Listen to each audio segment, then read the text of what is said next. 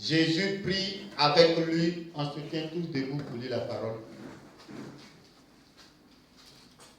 6 jours après, Jésus prie avec lui Pierre, Jacques, Pierre, Jacques et Jean, frères de Jacques, et les conduisit sur une haute montagne où il se trouvait seul. Il changea d'aspect devant leurs yeux. Son visage se mit à briller comme le soleil, et ses vêtements devinrent blancs comme la lumière.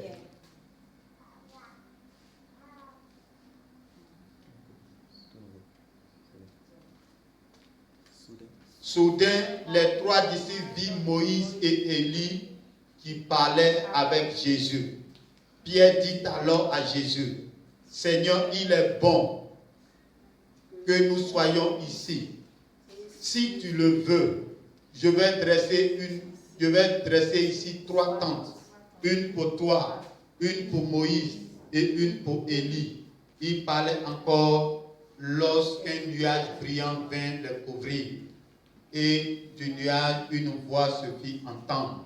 « Celui-ci est mon fils bien-aimé, en qui je mets toute ma joie. Écoutez-le. » Quand les disciples entendirent cette voix, ils eurent tellement peur qu'ils se jetèrent le visage contre terre. Jésus s'approcha d'eux, les toucha et dit, « Relevez-vous, n'ayez pas peur. » Il levait alors les yeux et ne vit personne d'autre que Jésus. Tandis qu'ils descendaient de la montagne, Jésus leur fit cette recommandation, ne parlez à personne de cette vision, jusqu'à ce que le Fils de l'homme revienne d'entre les morts. Amen. Acclame Jésus. On peut s'asseoir. Alléluia. Le thème de ce matin, c'est la prière d'une dimension surnaturelle. Et nous avons lu dans le livre de Matthieu, chapitre 17, verset 1 au verset 9. Alléluia. Le premier point que nous allons traiter, c'est aller à la montagne. Aller à la montagne. Lorsque nous lisons, il faut revenir en haut. Il faut revenir en haut.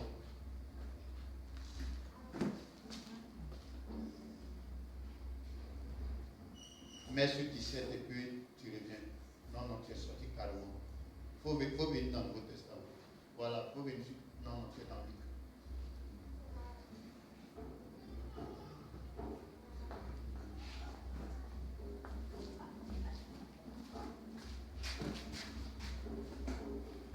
Six jours après, Jésus prie avec lui. 6 jours après, Jésus prie avec lui Pierre, Jacques et Jean, frères de Jacques, et les conduisit sur une haute montagne. Donc, le premier point que nous allons traiter, c'est aller à la montagne. Aller à la montagne, qu'est-ce que ça veut dire? La Bible dit que Jésus a pris 3 de ses disciples et ils sont partis à la montagne. Ici, la montagne ici symbolise quoi? Symbolise un temps de retraite spirituelle. La montagne ici symbolise un temps où Jésus et ses 3 disciples ont décidé, par l'ordre de Jésus, Jésus était dans un moment de jeûne et de prière. Donc il a mis ses 3 disciples dedans. Et ils sont partis dans un lieu qu'on appelle sur la montagne. C'est-à-dire qu'ils se sont retirés de la foule. Ils se sont retirés des autres disciples. La Bible dit que Jésus avait 12 disciples. Alléluia. Est-ce qu'on se comprend? Amen. Jésus avait 12 disciples. Mais pourquoi ce jour-là, Jésus n'a pas pris tous les 12 disciples et puis ces 3 disciples seulement qu'il a pris? La Bible dit qu'il a pris les 3 disciples et ils sont partis à la montagne. Et lorsqu'ils sont partis à la montagne, c'était pour aller chercher la face du Père. Alléluia. Il y a des moments où tu regardes autour de toi, tu vois que tu as tellement de défis, tu as tellement de problèmes, il y a tellement de situations qui viennent de part et d'autre que tu ne sais pas qu'est-ce qu'il faut faire. Et la seule solution qui te vient en tête, c'est de te retirer dans un temps de prière, à la montagne. Et nous parlons de la montagne. C'est quoi la montagne? La montagne, c'est lorsque une personne se retire loin des autres personnes pour prier le Seigneur. La montagne, tu peux te retirer dans ta maison et on peut dire que tu es sur la montagne. On a l'habitude de dire, lorsque nous sommes en jeûne, que nous sommes sur la montagne. Donc la montagne, ce n'est pas forcément se déplacer physiquement pour aller dans un lieu. Non. Les choses spirituelles aujourd'hui, là, c'est que la montagne, là, ça représente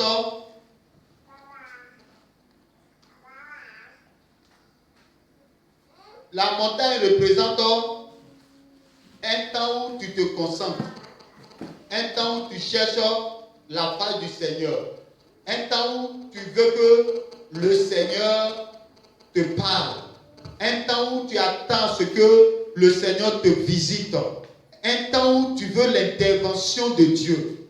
Et ici, c'est aller à la montagne. Aller à la montagne, c'est se retirer dans un endroit où peut-être tu es seul, ou peut-être que vous êtes deux, ou peut-être que vous êtes trois, et vous décidez d'aller chercher la face du Seigneur. Alléluia. La prière était la seule chose que le Seigneur utilisait lorsqu'il voyait des dangers venir. Et la Bible dit que ce jour-là, pendant qu'ils se sont retirés, ils étaient 4. Jésus et 3 de ses disciples. Et la Bible dit que quand ils se sont retirés, ils étaient en train de prier le Seigneur. Tellement qu'ils ont prié, la Bible dit qu'ils ont reçu une vision. Il y a eu 2 personnes qui leur sont apparues. Et la Bible dit que les disciples étaient peut-être de ce côté, et puis Jésus était un peu devant, et il priait. Donc la Bible dit que tellement qu'ils étaient en train de prier, ils étaient montés dans une autre dimension. Alléluia. Et dans cette dimension-là, quand tu pries, quand tu montes dans une dimension, bien aimé, il y a des choses spirituelles qui se passent. Il y a des choses surnaturelles. Il y a des êtres surnaturels qui apparaissent. Est-ce qu'on se comprend? Amen. Des êtres surnaturels peuvent apparaître lorsque une personne prie sérieusement et sincèrement. Il y a des personnes qui ne prient pas sérieusement. Souvent, tu dois chercher la face du Seigneur. Tu dois te retirer.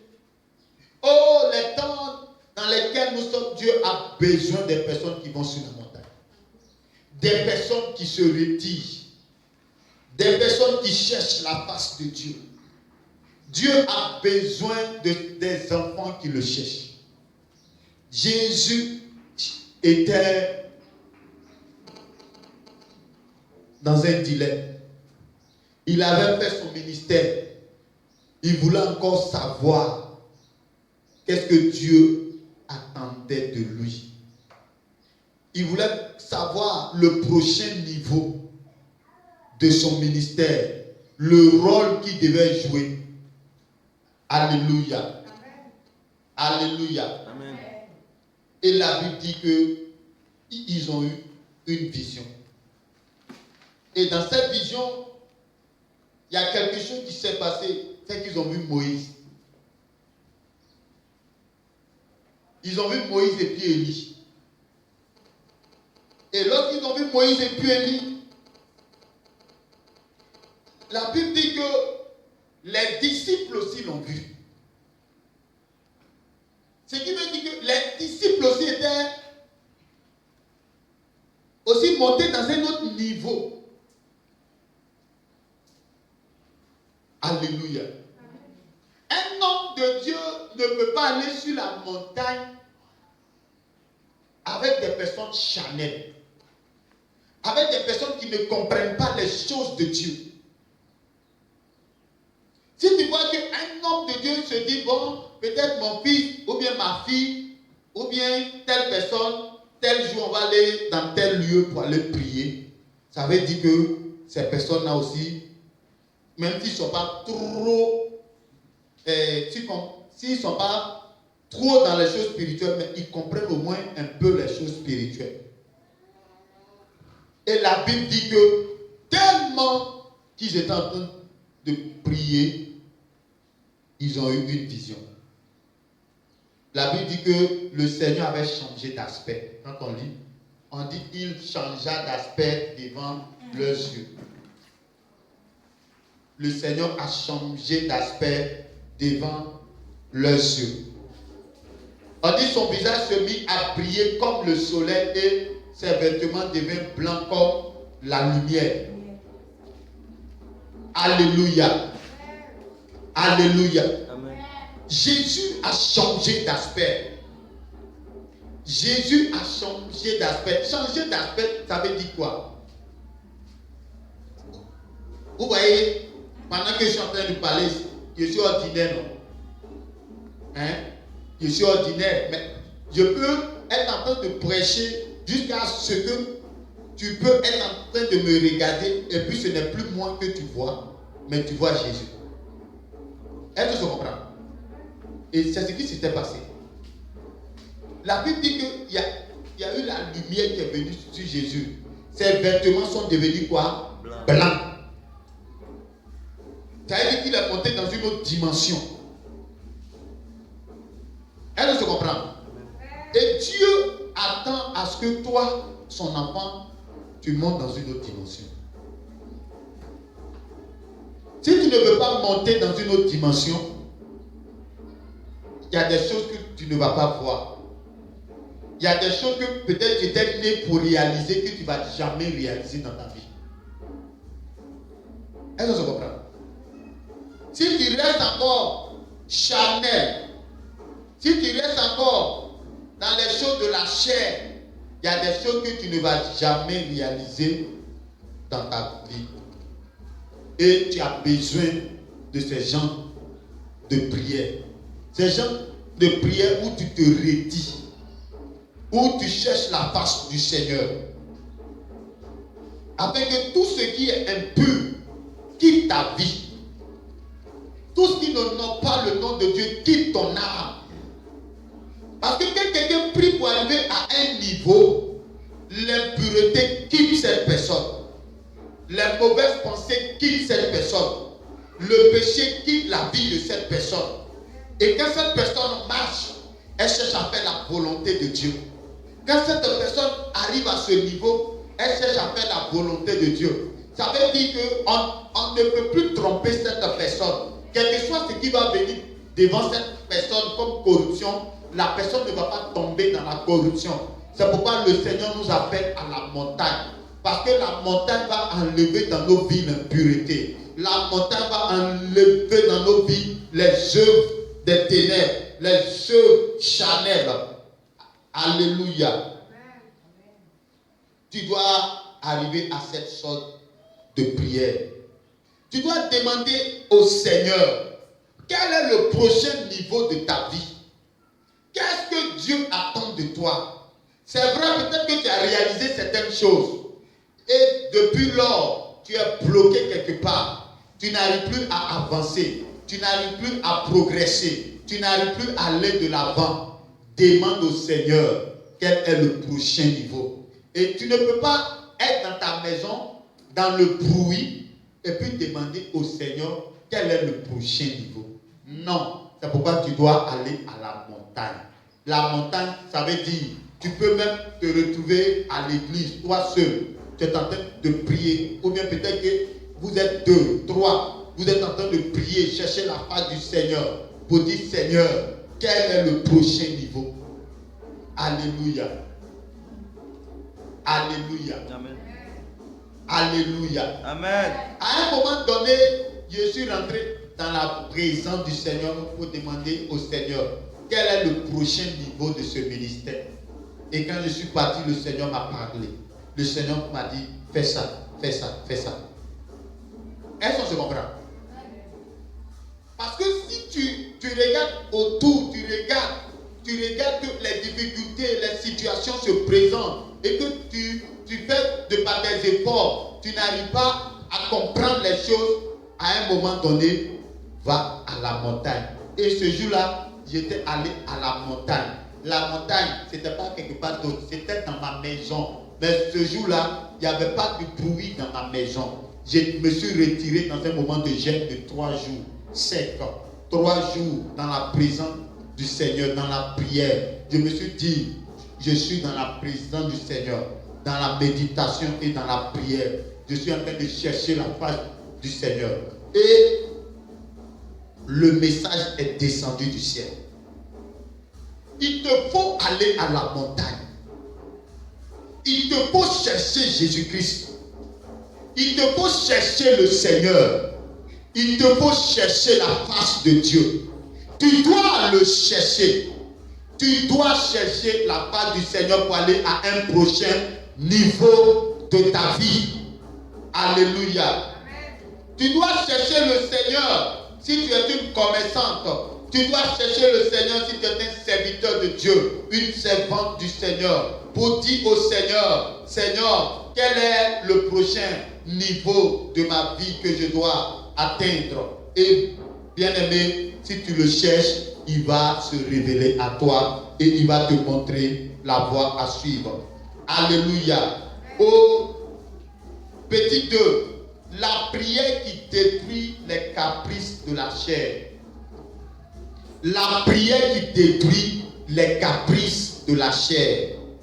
La Bible dit tellement ils étaient en train de prier, eux-mêmes là, c'est comme si la chair était morte. Ça veut dire que les caprices de la chair, parce que souvent quand tu es là, tu te dis, j'ai telle douleur ici, j'ai telle chose ici, j'ai faim ici, j'ai ceci, j'ai cela. La Bible dit ce jour-là, Jésus et les 3 disciples étaient déterminés dans la prière. Et leur prière était tellement forte que la Bible dit qu'eux-mêmes, ils se sont oubliés. Jésus s'est oublié. Pour que Jésus, l'aspect de Jésus change, ça veut dire que toute sa pensée, toute sa mentalité, toutes ses intentions étaient fixées vers le trône, étaient fixées vers le Père. Et tellement il était concentré. La Bible dit que quand les disciples ont commencé à l'observer, son aspect avait changé. Il n'était plus le même. Il n'était plus la même personne. C'est pourquoi Dieu t'appelle à ces genres de prières. Les prières qui vont détruire les choses de la chair dans ta vie. La prière qui va détruire les caprices de la chair. Parce que la chair nous empêche de voir Dieu. La chair nous empêche de monter dans une autre dimension avec Dieu. Or, si tu commences à prier, à chercher la face de Dieu, à jeûner et prier, la chair va mourir. Et si la chair meurt, quand Dieu va te parler, tu vas entendre. Quand Dieu va te montrer, tu vas voir. Alléluia. Alléluia. Si tu veux aller dans une autre dimension, il te faut oublier les caprices de ta chair. Si tu es là, c'est toi chaque jour, tu as faim. C'est toi chaque jour. Et tu ne peux pas passer une journée sans manger. Une journée sans manger. Toujours, tu mets la nourriture dans ta bouche et puis tu veux avancer. Non! Bien aimé, il y a des moments où c'est des démons qui s'opposent à notre avancement. Il y a des moments où c'est des entités qui s'opposent à notre avancement. Et ces entités-là, nous ne pouvons que les confronter qu'avec la parole de Dieu, dans la prière et dans le jeûne. Et lorsque nous allons les confronter, vous allez voir que tu vas changer de position. Tu vas changer de niveau. Dieu n'aime pas les chrétiens pleurnichards, mais Dieu veut les chrétiens qui aiment la prière, les chrétiens qui cherchent sa face. Alléluia. Qui veut monter dans une autre dimension avec le Seigneur? Ce matin, tu dois aller dans une autre dimension avec le Seigneur. Enlève certaines choses de ta vie, les choses qui te distraient. Est-ce la télévision? Qu'est-ce qui te distrait? Qu'est-ce qui t'empêche de te concentrer? Est-ce le sommeil? Enlève certaines choses dans ta vie et commence à te concentrer. Bien-aimé, si tu te concentres, tu vas voir la gloire de Dieu dans ta vie. Enlève la colère, enlève la paresse, enlève les murmures, enlève les raisonnements de ta vie et tu vas voir la gloire de Dieu. Or, ces choses ne peuvent pas tomber si tu ne montes pas dans une dimension de prière. Alléluia. Tu dois monter dans une dimension de prière. À un moment donné de ta vie, il faut que tu sois sérieux. Il faut lâcher ta plaisanterie. Il faut lâcher les choses qui n'ont pas d'importance. Sois sérieux un jour dans ta vie. Sois sérieux un jour dans ta vie. Et le jour que tu vas décider d'être sérieux, c'est ce jour-là que ta vie va commencer à changer. Mais tant que tu ne décideras pas d'être sérieux dans ta vie ne changera pas. Alléluia. Quand on poursuit, il dit quoi? Pierre dit alors à Jésus, soudain, les 3 disciples virent Moïse et Élie qui parlaient avec Jésus. Bien-aimé, comment Pierre et Moïse, Pierre, Jean et Jacques ont-ils fait pour voir Moïse et Élie? Comment ils ont fait? C'est parce que eux aussi, ils étaient aussi déterminés dans la prière. Et Dieu a ouvert aussi leurs yeux. C'est vrai que les yeux de Jésus étaient ouverts, lui il les a vus, mais eux aussi, ils étaient aussi déterminés. Ça veut dire qu'ils étaient à côté de Jésus là, ils ne plaisantaient pas. Ils étaient à côté du Seigneur, ils ne jouaient pas. Si Jésus les a pris, si Jésus a pris Pierre, Jean et Jacques pour aller sur la montagne, et puis il n'a pas pris Barthélemy, Matthieu, et puis Thomas, c'est parce que Jésus voulait atteindre un autre niveau. Est-ce que je comprends? Parce qu'à un moment donné, tu n'as plus besoin de plaisanter à côté de toi. À un moment donné, tu n'as plus besoin de ceux qui te distraient. À un moment donné, tu dois te séparer de tout ce qui peut te distraire, de toute personne qui peut te distraire, qui peut t'empêcher de voir Dieu, pour chercher la face du Seigneur. Ce qui veut dire que ces personnes aussi étaient spirituelles aussi. Alléluia. Plusieurs personnes viennent dans la présence de Dieu, mais ils ne sont pas sérieux. Donc, quand tu n'es pas sérieux, tu ne vas rien avoir et tu ne vas rien comprendre. Il faut être sérieux. Il faut savoir ce que tu veux. Il faut savoir ce que tu cherches dans la vie. Il faut savoir que Dieu, là, ce n'est pas n'importe qui. Que Dieu, là, il n'aime pas les paresseux. Si tu es paresseux, tu ne vas jamais voir Dieu.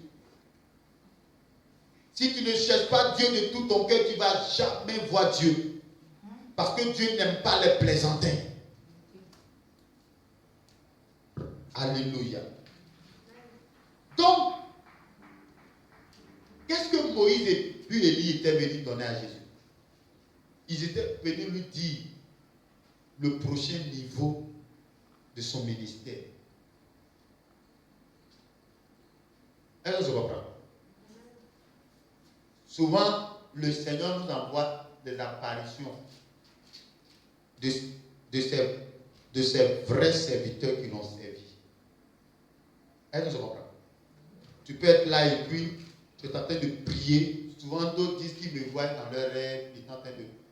Souvent, c'est un message que Dieu te donne. Dieu peut prendre mon visage pour te donner un message. Et là, c'est pas le visage. Hein. Là, c'est Moïse lui-même. Et puis Élie lui-même. Ils sont venus auprès de Jésus pour lui dire le prochain niveau de son ministère. On sait qui est Moïse. On sait que Moïse est celui qui a divisé la mer Rouge. On sait que Moïse est celui qui a défié la plus grande puissance au monde en son temps. La puissance de l'Égypte. On sait que Moïse, c'est lui qui a envoyé les 10 plaies sur l'Égypte.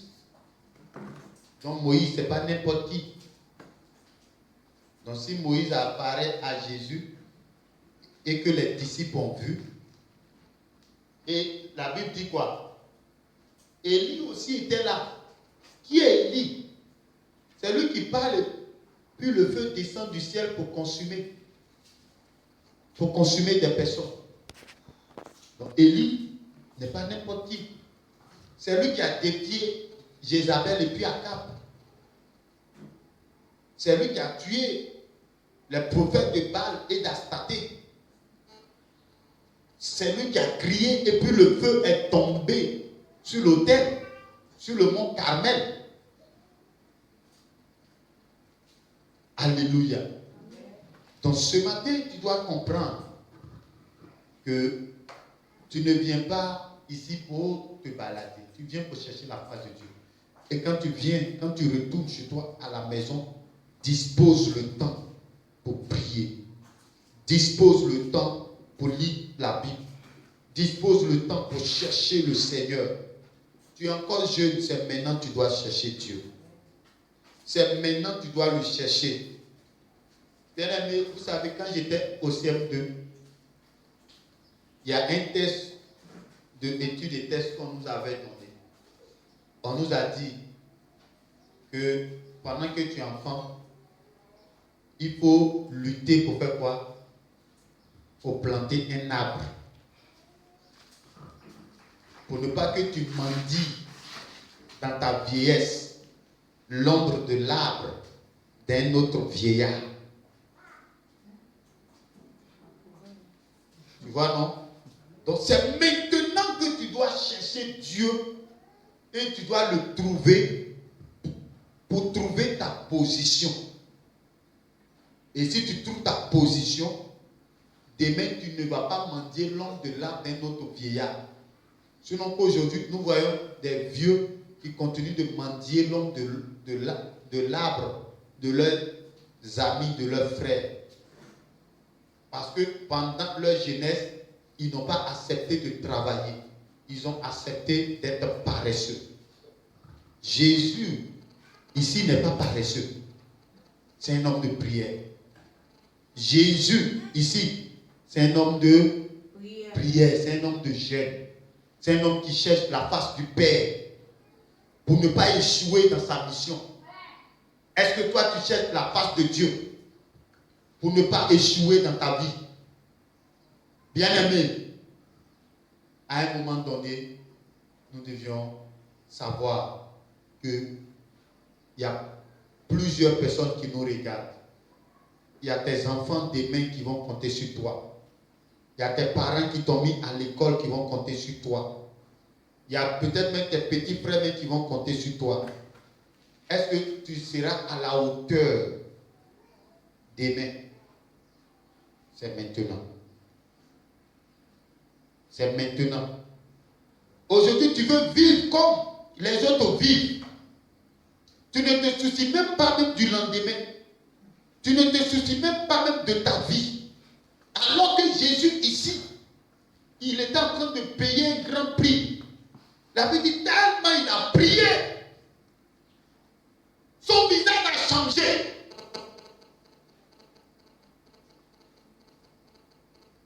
Est-ce que c'est comme ça que tu pries? C'est comme ça que tu pries? Et puis tu te plains que les choses ne vont pas de l'avant. Toi, tes amis prient. Toi, tu dors. Toi, tu te promets. Et puis tu veux que les choses changent. Non, les choses ne changent pas comme ça. Si tu vois quelque chose changer, c'est que le surnaturel t'a touché. Si le surnaturel t'a pas touché, si tu veux faire de tous tes efforts, tu seras à la même place. Ça ne va pas changer. Donc Dieu nous appelle à le chercher.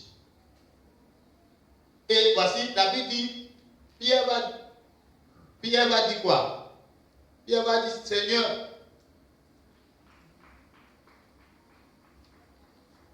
il faut laisser le verset 5 d'abord. On dit, il parlait encore lorsqu'un nuage brillant vint et le couvrit, et du nuage, une voix se fit entendre. Celui-ci est mon fils bien-aimé en qui je mets toute ma joie, écoutez-le. Pourquoi cette parole se fit entendre?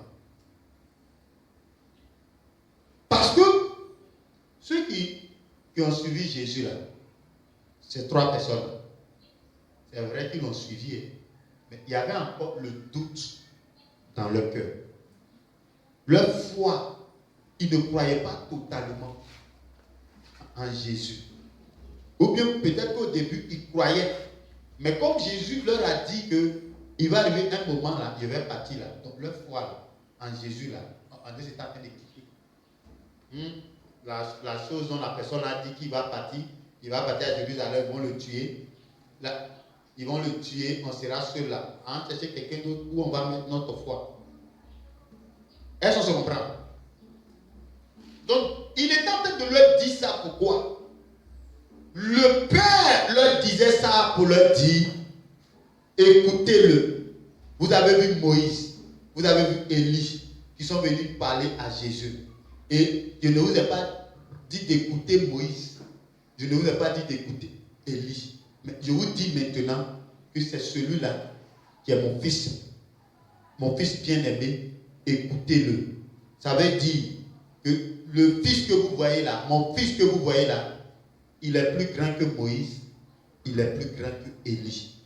Donc Jésus là, il est plus grand que Moïse, il est plus grand que Élie. C'est pourquoi c'est lui que vous deviez écouter. Parce que Moïse a donné la loi. Et on sait qu'en Israël, Élie n'est pas n'importe qui. Les gens croient aux prophètes. Les gens croient en Élie. Les gens croient en la loi de Moïse. Mais Dieu était en train de leur dire, écoutez maintenant mon fils. C'est mon fils Jésus-Christ qu'il faut écouter. Dieu le Père leur parlait pour dire, écoutez Jésus. C'est lui, si vous l'écoutez, c'est lui qui va vous sauver. C'est lui qui va payer le prix du péché. C'est sur lui que tout le monde, c'est sur son pied que tout le monde va passer. C'est lui qui va juger tous les hommes. C'est pourquoi il est préférable que vous écoutez sa voix. Parce que c'est lui qui est la vérité. Parce que c'est lui qui est la vie. C'est lui que vous deviez écouter. Je ne vous ai pas dit d'écouter Moïse ni Élie. C'est Jésus qui est le Seigneur des Seigneurs. C'est lui qui va payer le prix du péché. Donc c'est lui désormais que vous deviez écouter. Donc le Seigneur était en train de clarifier ces choses pour leur dire, c'est mon fils en qui je mets toute ma joie. Écoutez-le. Écoutez tout ce qu'il va vous dire. Ne rejetez pas ses paroles. Ne vous détournez pas de lui. Ne vous détournez pas parce que c'est lui le sauveur. C'est lui qui libère. Lorsque je l'ai envoyé, qu'est-ce qu'il n'a pas fait? Il a ouvert les yeux des aveugles. Il a ressuscité les morts. Vous avez vu. Écoutez-le. Votre foi qui est en train de faiblir là, écoutez Jésus-Christ. C'est lui qu'il faut suivre. Bien aimé, le Père était en train de fortifier la foi de Pierre, la foi de Jean, la foi de Jacques. Comme ce matin, Dieu est en train de fortifier ta foi pour te dire, c'est Jésus qu'il faut écouter. C'est Jésus qu'il faut suivre. C'est en Jésus qu'il faut mettre ta confiance. C'est Jésus qui est mort pour toi. C'est lui qui est ressuscité dans les morts pour toi. C'est en lui qu'il faut mettre ta confiance. Il ne faut pas le mettre ta confiance aux traditions de tes parents. Il ne faut pas le mettre ta confiance au combien quelque part. Il ne faut pas le mettre ta confiance aux féticheurs, aux marabouts. Il ne faut pas mettre ta confiance en ta connaissance. Mets ta confiance en Jésus. C'est Jésus. C'est en lui qu'il faut mettre ta confiance. Alléluia. Et la Bible dit, quand les disciples entendirent cette voix, ils eurent peur, qu'ils se jetaient le visage contre terre. Pourquoi ils ont eu peur quand ils ont entendu la voix? Parce que, oui, Moi, je peux dire comme ça, c'est passé et ils doutaient. Parce qu'ils doutaient. Ils avaient des préjugés dans leur cœur. Donc, comme ils ont entendu la voix, et puis Dieu ne leur a pas dit d'écouter Élie, d'écouter Moïse. Or, en Israël, en son temps, on ne peut pas parler sans citer la loi de Moïse. On ne peut pas parler sans parler d'Élie. Est-ce que je comprends? Et la Bible dit qu'ils ont eu peur, au point où ils ont mis leur front contre terre. Ou dit dans leur Seigneur, pardon. Est-ce que je comprends? Que Dieu te bénisse. Et la Bible dit Jésus s'approcha d'eux, les toucha et dit, relevez-vous, n'ayez pas peur. Il levait alors les yeux et ne vit personne d'autre que Jésus. Amen. Est-ce que tu parles quand même pour la parole? Donc le petit 3, c'est comprendre les choses spirituelles et surnaturelles. Comprendre les choses spirituelles et surnaturelles. La Bible dit ce jour-là, le Seigneur s'est fait accompagner par 3 personnes qui comprenaient un peu les choses surnaturelles. La Bible dit que le Seigneur communiquait avec Moïse et Élie. Mais aussi les 3 disciples ont vu Moïse et Élie, aussi au point où Pierre a ouvert sa bouche pour dire, Seigneur, je vais construire 3 tentes. Mais la Bible dit que le Seigneur va monter dans un niveau supérieur. C'est pendant que Pierre est en train de parler que la Bible dit que Jésus est monté dans une autre dimension. C'est parce qu'il n'a pas encore changé d'aspect. Bien changé d'aspect, c'est pourquoi tu parles. Mais quand il est monté dans une autre dimension, la Bible dit qu'ils étaient obligés de mettre leur tête sur la terre, leur front contre terre. Pour dire, celui avec qui vous marchez là, est-ce que vous le connaissez même? Est-ce que celui avec qui tu marches là, est-ce que tu le connais? Alléluia. Donc nous devions monter dans une autre dimension. C'est pourquoi quand on vous dit de jeûner, de prier, il faut effectivement jeûner et prier. Parce que si tu ne fais pas ça, tu ne fais pas des efforts, tu ne vas pas monter. Et si tu n'es pas monté, bien aimé, ça ne sera pas bon pour toi. Que Dieu te bénisse. Que la grâce du Seigneur soit avec nous. Nous allons nous arrêter là pour aujourd'hui. Et on va se